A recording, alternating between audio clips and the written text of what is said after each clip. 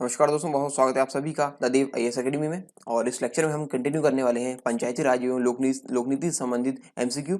और यहाँ पे हम पिछले 25 वर्षों के प्रश्नों का अवलोकन कर रहे हैं 1995 से लेकर 2019 तक के। और किस परीक्षा में पूछे गया सवाल है ये सवाल है यूपीएससी की सीएससी परीक्षा यानी सिविल सेवा परीक्षा की प्रारंभिक परीक्षा में पूछे गया सवाल है। और आगामी प्रारंभिक परीक्षा के लिए महत्वपूर्ण है क्योंकि प्रश्नों की प्रवृत्ति किस प्रकार की होती है ये हमें पिछले वर्षों के प्रश्न पत्र से पता चलता है। और दूसरा बहुत ही महत्वपूर्ण चीज होती है सिलेबस, पाठ्यक्रम और पिछले वर्षों के प्रश्न पत्र पता हो तो हमें आगामी जो परीक्षा है उसके लिए तैयारी करने में आसानी हो जाती है।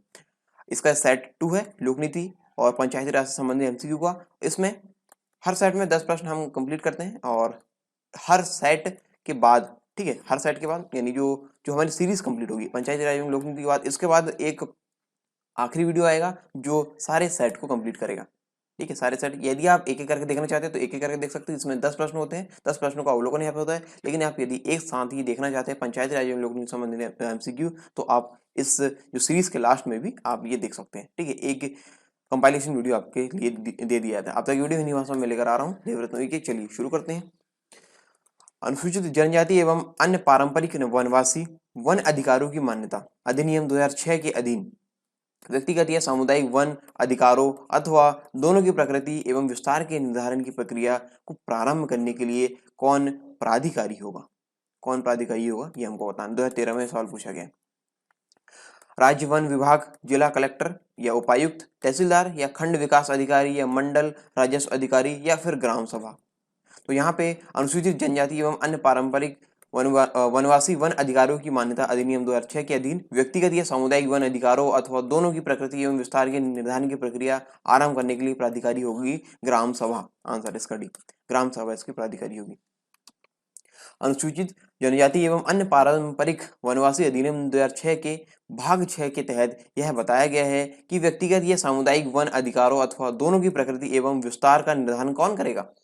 और सर्वप्रथम ग्राम सभा इस बात पर पुष्टि करता है कि कौन कितने दिन से किस जमीन पर खेती कर रहा है या बस रहा है, किस तरह की वन संपदा ग्रहण कर रहा है, वन संपदा संग्रह कर रहा है, ग्रहण नहीं कर रहा है। ग्राम सभा यह कर्तव्य पालन इसलिए करता है क्योंकि यह एक जनसभा है जहाँ हर व्यक्ति गांव का हर व्यक्ति है भाग लेता है और यह एक स्वच्छ तथा गणतांत्रिक प्रतिष्ठान है। ग्राम सभा के अनुमोदन के बाद तालुका तथा जिला स्तर पर इन बातों की पुष्टि होती है।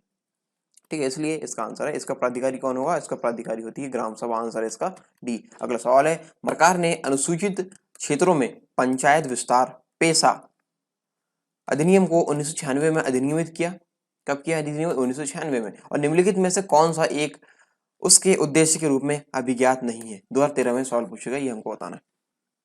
पेशा के अंतर्गत के अंतर्गत यहाँ पे कौन सा नहीं आता ये हमको बताना है। ठीक है, 3 यहाँ पे ऐसे जो पेशा के अंतर्गत आएंगे, चौथा जो भी रहेगा वो नहीं आएगा। स्वशासन प्रदान करना, पारंपरिक अधिकारों को मान्यता देना, जनजाति क्षेत्रों में स्वायत्त क्षेत्रों का निर्माण करना है या फिर जनजाति लोगों को शोषण से मुक्त करना। पेशा के अंतर्गत जो चीजें आती है वो हम देख लेते हैं, तो हमें जो नहीं आती वो यहाँ पे मिल जाएगा। स्वशासन प्रदान करना ये इसके अंतर्गत है, पेशा के अंतर्गत। पारंपरिक अधिकारों को मान्यता देना ये भी पेशा के अंतर्गत है। जनजातीय क्षेत्रों में स्वायत्त क्षेत्रों का निर्माण करना ये भी है पेशा के अंतर्गत। और जनजाति लोगों को शोषण से मुक्त करना ये पेशा के अंतर्गत नहीं है। ठीक है, ये पेशा के अंतर्गत नहीं है। क्यों नहीं है? क्योंकि यहाँ पे देखिए, स्वशासन प्रदान करना, पारंपरिक अधिकारों को मान्यता देना और जनजातीय क्षेत्रों में स्वायत्त क्षेत्रों का निर्माण करना, इन उद्देश्यों की प्राप्ति यदि हो रही है, ठीक, इन 3 उद्देश्यों की यदि प्राप्ति हो जाएगी तो चौथा उद्देश्य की प्राप्ति अपने आप हो जाएगी। इसलिए इसका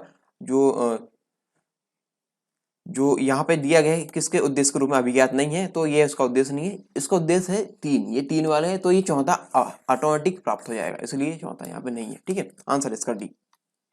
आंसर इसका डी। अगला सवाल है, पंचायती राज व्यवस्था का मूल उद्देश्य क्या सुनिश्चित करना है? 2015 में सवाल पूछा गया है। क्या मूल उद्देश्य सुनिश्चित करना है? विकास में जनभागीदारी, राजनीतिक जवाबदेही, लोकतांत्रिक विकेंद्रीकरण या फिर वित्तीय संग्रहण, जिसे इंग्लिश में बोलेंगे फाइनेंशियल मोबिलाइजेशन। नीचे दिए गए कोड का प्रयोग कर सही उत्तर हमको चुनना है। ठीक है, कोड का प्रयोग करते हुए चुनना है। तो पंचायती राज व्यवस्था का मूल उद्देश्य क्या है, क्या हो सकते हैं? विकास में जनभागीदारी, क्या ये है? हाँ, ये इसके अंतर्गत आता है। राजनीतिक जवाबदेही इसके अंतर्गत नहीं आता है। ठीक है, पंचायती राज व्यवस्था के मूल उद्देश्य के अंतर्गत नहीं आता है। लोकतांत्रिक विकेंद्रीकरण इसके अंतर्गत क्या आता है? हाँ, ये आता है। तीसरा तीसरा कथन यहाँ पे सही है। चौथा ये है वित्तीय संग्रहण या फाइनेंशियल मोबिलाइजेशन, ये इसके अंतर्गत नहीं आता है।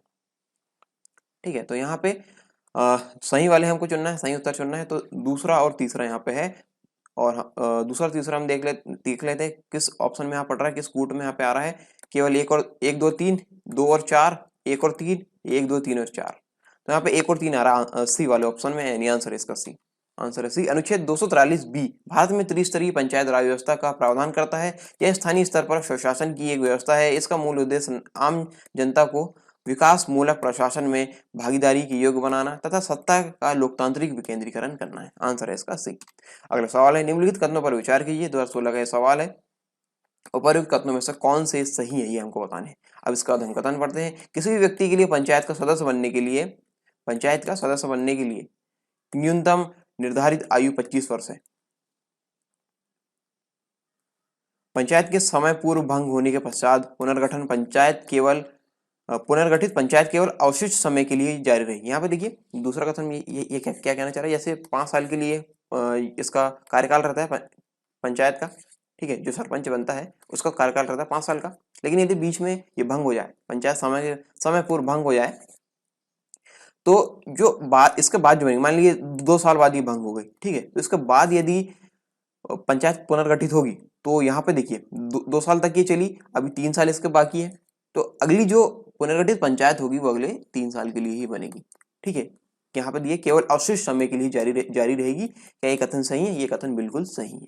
ठीक है, लेकिन पहला कथन यहाँ पे जो दिए, किसी व्यक्ति के लिए पंचायत का सदस्य बनने के लिए न्यूनतम निर्धारित आयु 25 वर्ष है, तो ये कथन यहाँ पे गलत है। 25 वर्ष नहीं है, 21 वर्ष है। ठीक है, 21 वर्ष है। वोट डालने के लिए 18 वर्ष में योग्य हो जाते हैं, लेकिन पंचायत का सदस्य बनने के लिए 25 वर्ष यहाँ पे दिए, लेकिन 25 वर्ष नहीं, ये है 21 वर्ष।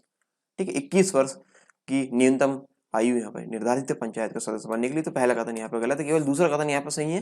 तो ऑप्शन हम यहाँ पे देख लेते हैं, केवल एक, केवल दो, एक और दो दोनों, ना तो एक नहीं दो, तो केवल दूसरा कथन है। आंसर इसका बी। आंसर इसका ये केवल दो। यह सवाल दिशा प्रकाशन के राजनीतिक संग्रह पेज 121 से सीधा हल किया जा सकता है। जो दिशा प्रकाशन का राजनीतिक संग्रह है उससे उसके पेज 121 से सीधा ये हल किया जा सकता है। पंचायती राज निकायों में चुनाव लड़ने के लिए न्यूनतम आयु 21 वर्ष है, इसलिए पहला कथन यहाँ पे गलत है। और दूसरा कथन सही है। पेज 121 के अंतिम पंक्ति में शब्दशाह है, यदि पंचायत समय पूर्व भंग हो जाए तो 6 माह के अंदर चुनाव अनिवार्य है तथा नई पंचायत शेष समय के लिए गठित होगी। ठीक है, इस प्रकार ये कथन के बारे में हमने यहाँ पे जाना, और इसका उत्तर यहाँ पे केवल दूसरा, तो आंसर है इसका बी। अगला सवाल हम देखते हैं। ये सवाल आ गए हैं लोक नीति संबंधित यहाँ पर सवाल आ गए। पंचायती राज वाले सवाल यहाँ खत्म हो चुके हैं। टोटल 14 प्रश्न यहाँ पे पूछे गए पिछले 25 वर्षों में। ठीक है, अब हम देखते हैं लोक नीति संबंधित प्रश्न। कृषि लागत और मूल्य आयोग CACP के निम्नलिखित में से कौन कौन से उद्देश्य है? CACP के निम्नलिखित में कौन कौन से उद्देश्य 1995 में ये सवाल पूछा गया।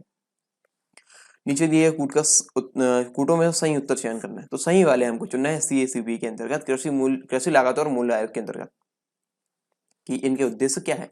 कृषि मूल्यों का स्थिरीकरण, कृषकों के लिए सार्थक वास्तविक आय स्तरों का सुनिश्चय, लोक वितरण पद्धति के माध्यम से उपभोक्ताओं को आवश्यक कृषि मूल्य उचित दरों पर उपलब्ध करवाकर उनके हितों की रक्षा, या फिर कृषकों के लिए अधिकतम मूल्य का सुनिश्चय।